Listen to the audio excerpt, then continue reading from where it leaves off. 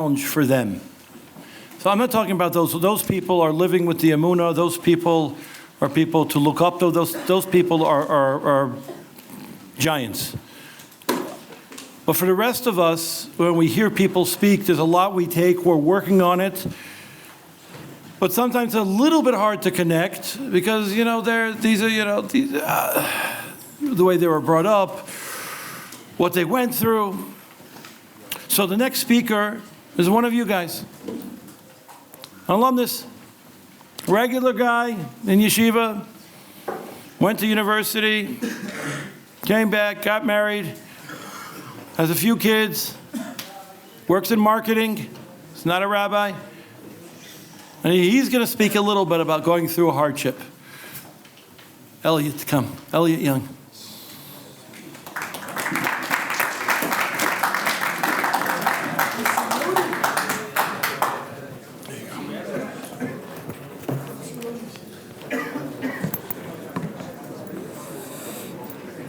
Okay. 20? Let me know. Just go like that. If you don't see, they're all ready to go. Okay. Okay, hi everyone. I'll start by saying a couple of things. Firstly, I have spoken to some people in this room in the past. I think there's one or two people who I've spoken to twice in the past. I'm really sorry. If it was bad the first time, I'll try and make it less bad this time. But I'm going to talk, because of the day, I'm going to try to talk about Emunah. But it is a really weird thing. It's a very weird feeling, especially speaking after Rebbetzin Frankel. I actually have a lot of hakarat tov to Rebbetzin Frankel. I just told you, my parents, so my brother was killed on Simchat Torah 2 years ago. My parents went to a Shabbaton organized actually by a Hasidic organization, Shabbat Shel Koach, Shabbat of Strength. And Rebbetzin Frankel was at the Shabbaton and spoke, and my parents gained a lot from that Shabbaton, but also from hearing Rebbetzin Frankel, and anything that helps my parents, I'm extremely grateful. So I'll start by just speaking a little bit about Natanel. Natanel is the youngest in our family. I'm the middle of 5. Natanel was youngest. There were 13 years between me and Natanel, but we were extremely close nonetheless. As he got older and stronger, he did not have this build. He was I think 6'4", 6'4", very well built, very strong. From the age of 13, he was already beating me at the play fighting and things like that. And he started to become a role model to me, despite me being older than him. One of the reasons is because I saw a boy from the age of 10 who loved fashion, loved music, was a DJ, but also always said, I'm going to make Aliyah one day. I'm going to join the army. I'm going to defend Israel. And he kept true to his word. It was not easy. He met a lot of challenges along the way. He was told by a few different army-related organizations, this is not for you. And it got to the point where he said, well, actually, the only way that you can join the army is to make Aliyah. Originally, he wasn't planning to make Aliyah straight away, but that's what he did. And that, to me, is Emunah. And he was, as you would say, not religious, not Shomer Shabbat, but that is real Emunah, to say, like, this is what I want to do. Now, on October 7, 2023, on Simchat Torah, as soon as I realized that there was things going on in the south, as soon as there were sirens, I knew that Natanel was on the base. He was on a base called Yiftach, and I started to really panic. I think I had the most spiritual Simchat Torah davening ever. I don't know why exactly, but I decided against the advice of Picud Oref, the shul that I was at. I'm usually at a shul downstairs from my building. I was actually at one which was like a 20-minute walk away. But I stayed in shul right until the end, right until the last moment. And in this story, you'll hear things that over the months, over the time, I have realized have been very, very powerful moments and many gifts from God along the way during this difficult time.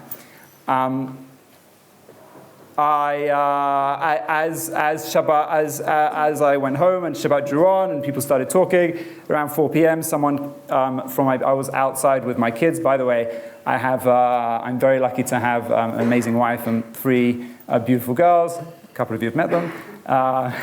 And if anyone needs a babysitter, the oldest one is 6. She's happy to babysit.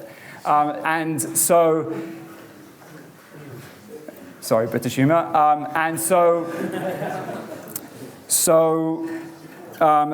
outside with my kids. We're just outside near the bomb shelter, and a neighbor of mine comes up and says, "My son-in-law just got called to Miluim. An army base was overrun." At that point, I'm absolutely panicking. I'm wondering, can I break Shabbat? Can I not? In the end, I more or less didn't, but a little bit did. The end of Shabbat, the last few hours of Shabbat was total hell. As soon as Shabbat came out, we started calling around. We found out that Nathanael had been injured and was sent to hospital. And I was nervous, but I was relieved because he was injured, and I knew that, I hadn't heard from him, so we were already getting a bit nervous. We were worried he had been, my mum especially was really worried. He had been, could have been kidnapped. And my parents were actually in the south of France on vacation. They, at the time, lived in England. But they were in South France on vacation, and they had got a header to not do second day, and we found out that he was in hospital, and then I called around, and I managed to find out that he was in Ashkelon at Barzilai Hospital. I called up the hospital, and I said, I heard Nathanael Young is there. They said, yes, he's in the emergency ward. He's in the emergency ward. Get here as you should get here as quickly as possible. I said, what condition is he in? They said, we're not allowed to tell you. I said, are the roads open? He said, just get here. So I went, drove through the rockets in Ashkelon. My wife was petrified because we didn't know if there were terrorists in Ashkelon. There was a fear at the beginning. And I got to the hospital. I got there. I said, where's Nathanael? Nathanael Young. They said, he's not here. I spent 2.5 hours running around the hospital looking for my brother and driving everyone mad. At one point, I went into a ward and I opened every curtain. I went through every bed. And some people in the hospital really helped keep me calm. There was a psychologist who had been sent to the hospital to volunteer. He really basically held my hand, and I shouted at him every so often. He went and shouted at other people. But every time I would ask someone, and I do not blame anyone in any way because it was a crazy situation, but every time I would ask someone, I'd say, where's Nathanael Young? They say, 1 second, I'll be back in 5 minutes, I promise. And then they would just disappear. I got to the hospital about 10, around 12:30. Eventually, they told me, they said, we're really sorry to tell you, Nathanael's been killed. I then had to, then I wanted to, I said, okay, I'm going to have to tell everyone. And they said, well, you're not allowed because in Israel, there's the way that, generally this is how armies do it, but the way that you inform is you go to the family's house. And my brother was a lone soldier, and I was not the one listed as the next of kin. So my sister was the one listed. They said, we have to go to her house first. I gave them half an hour because my family were calling me like crazy and I stopped answering. And somehow they did it. And then I had to do the worst thing I've ever done in my life, and hopefully never anything worse, which is I had to call my parents and tell them. Me and my sister did it through like a joint call, a conference call. We had to tell my parents. We had to figure out how to get my parents, who had driven from England to France, about a 10-hour drive where they were, get my dad's car somehow back to England. In the end, my dad somehow managed to drive to England, dropped his car for a friend, grabbed some stuff, got on a flight. Now, I'll pause here and I'll say that over time, I have realized how incredibly, and this is a weird word to say, lucky our family was to find out that that Netanyahu had been killed that day.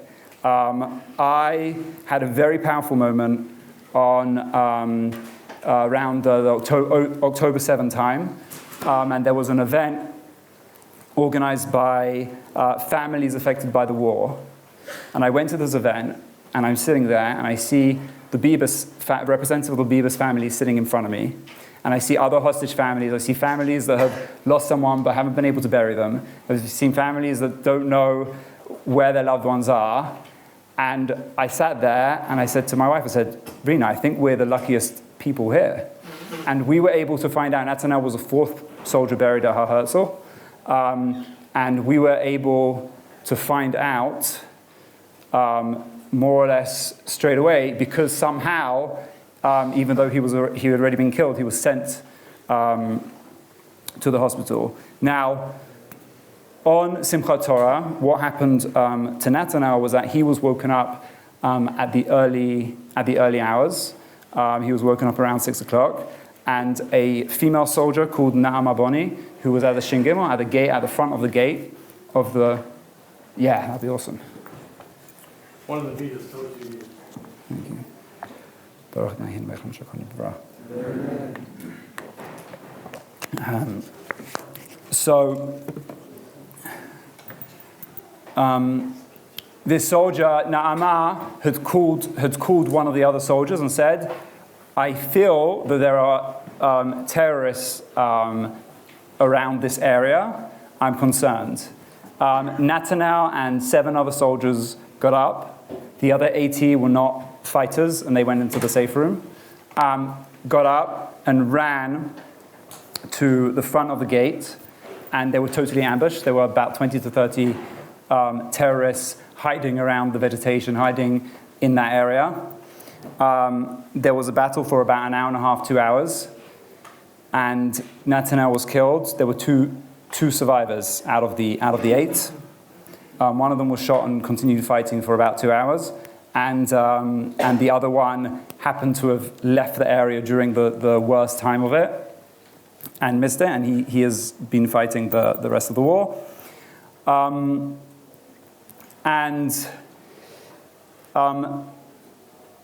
The truth is that story is a miracle, because 80 soldiers, around 80 soldiers survived, and the kibbutz that is nearby, called Zikim, the people that I now have spoken to at the kibbutz say that one of the reasons why that was one of the few kibbutzim that terrorists had tried to enter that were not successful is because of the battle at Yiftach.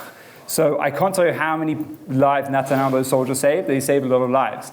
Now, I'm not going to pretend I felt it was a miracle at the time, and it's taken me a long time, but with many miracles that we have seen in this war, and I think one of the reasons why my Emunah has been challenged, one is because I didn't work on it enough since Yeshiva now, but I think another reason is because this war is still going on and people are still getting killed, and even though every death, every soldier that's killed is part of this miracle that we are able I don't know how many people there I have, about 180 people are able to come to Yeshiva for a year when your country's at war, is thanks to those miracles that are being performed through Hashem, but through the shlichim, which is the soldiers. Now, Netanyahu's death, I mean, my whole family and my priority was definitely and is still, making sure my parents have everything they need. But through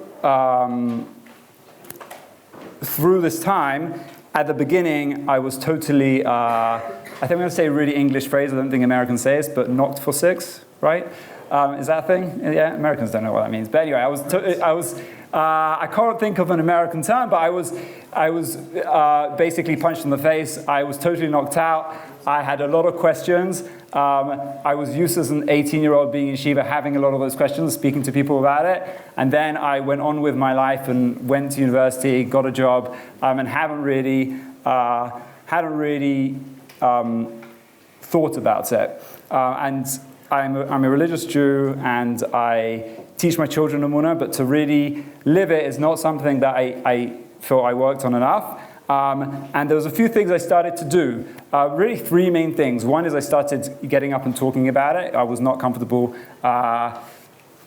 speaking in public. Hopefully you can still tell. But I was not comfortable with that. It's not something I was used to doing. It's something I avoided. And I started to talk about Netanel because that was helpful for me, and I felt that it might, every time my approach was, it might help, have an effect on one person in the room.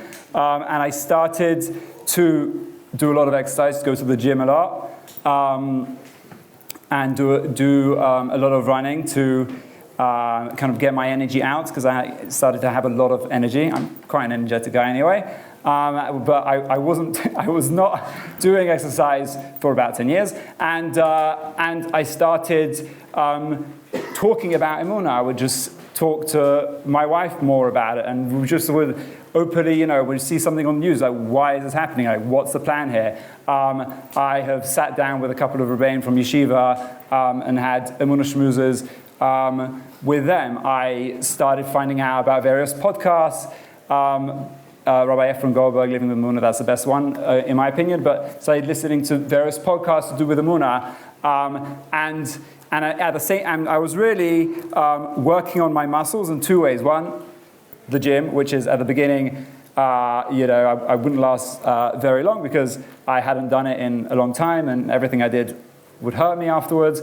And the same with Emunah. When I started thinking, my brain would start to hurt because I hadn't thought about it, and it was a bit confusing. And once I started doing that, I started seeing these gifts from Hashem that we got along the way. And I'm going to tell you what some of them are. And I've mentioned already the fact that I've mentioned my family, which is a huge gift. But I've mentioned also the fact that we found out straight away, which took me a long time to realize. But also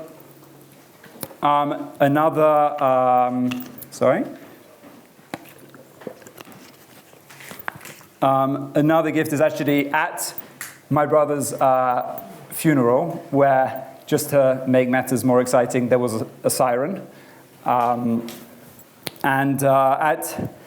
At my brother's funeral, there were actually 3 pregnant women in the family. My wife and my 2 sisters were all expecting. My older sister was actually expecting twins. And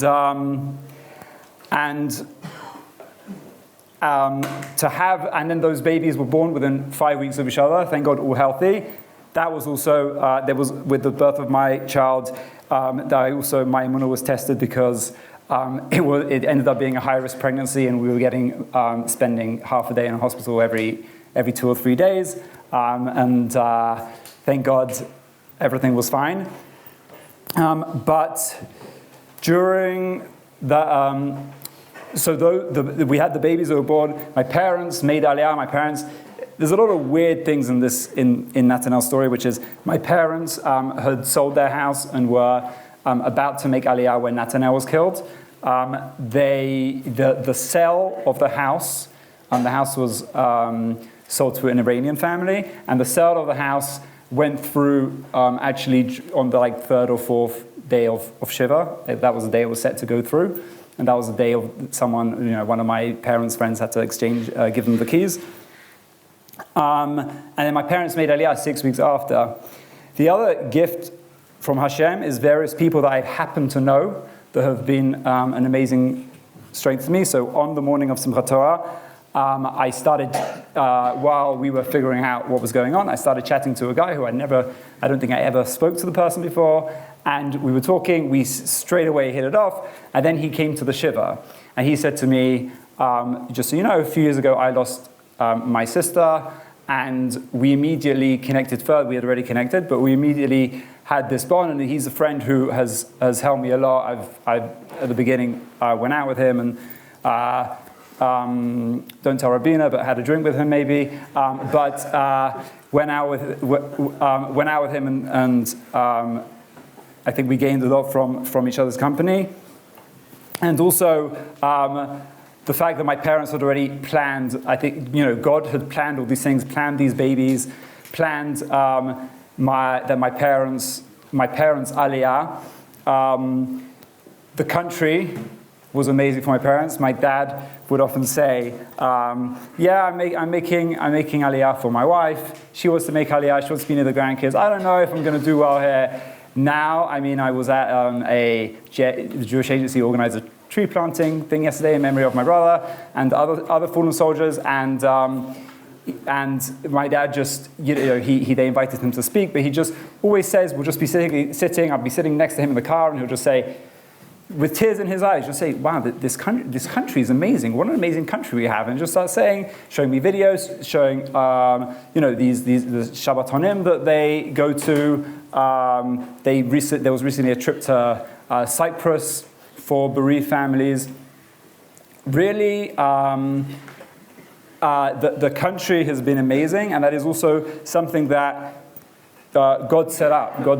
God put me in a community that was very helpful for me. I ended up being the one to host Shiva. Shiva was in a tent outside my apartment, and the community, the people I've been davening with, they really stepped up. Someone I don't even know who put my sukkah away, and we were incredibly lucky to have that. Now, I'll finish with a message, which I think is helpful for me. Hopefully it's helpful for you. If it's not, let me know.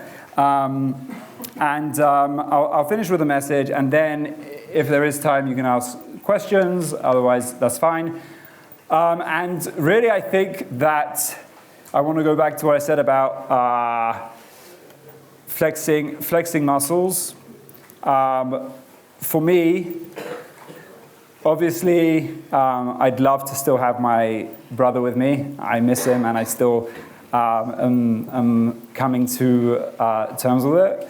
But I actually remember the nights before what I was worrying about, and I was planning a really big conference for my work, for my job, and it was a really big deal for me, and I was thinking about that a lot, and I was very stressed about that. Obviously, the second October 7th hit, and I was worried about my brother. I stopped caring about that, and the message is that in the context of everything, with thinking about God's, and I'm also talking to myself because I don't do this enough, and I know people who actually put their reminders on their phone to talk to God once a day outside of davening times, but to just think, to work on, to think about Emunah now, and think about God now, and find ways, habits, while you're in Shiva, and I'm being a hypocrite because I don't think I did this, but create habits while you're in yeshiva to think, obviously learning everything, great, but think about Emunah, think about, by the way, my oldest daughter's called Emunah Simcha, which also is a gift from God, because every time I say her name, I mean, not every single time, but many times I say her name, I literally think of Emunah and God. And she's called Emunah Simcha, which is an important thing when you lose the loved one. So that's really my message, to flex that muscle now, and it hurts at the beginning, but it becomes a little bit easier, and then also sometimes a little bit harder when you push yourself. And what I think it makes it helpful is when I have those stupid annoying things, like being stuck in traffic for 3 hours, I have a much better car journey because I try and make the most of that moment, which is listen to a shir, a podcast, a song I like, call a friend, enjoy the trees in the north if you're stuck in traffic in the north, whatever it is. So anyway, thank you very much for listening to me. 21 minutes. Whoa. See, he broke this? Amazing. Thank you so much.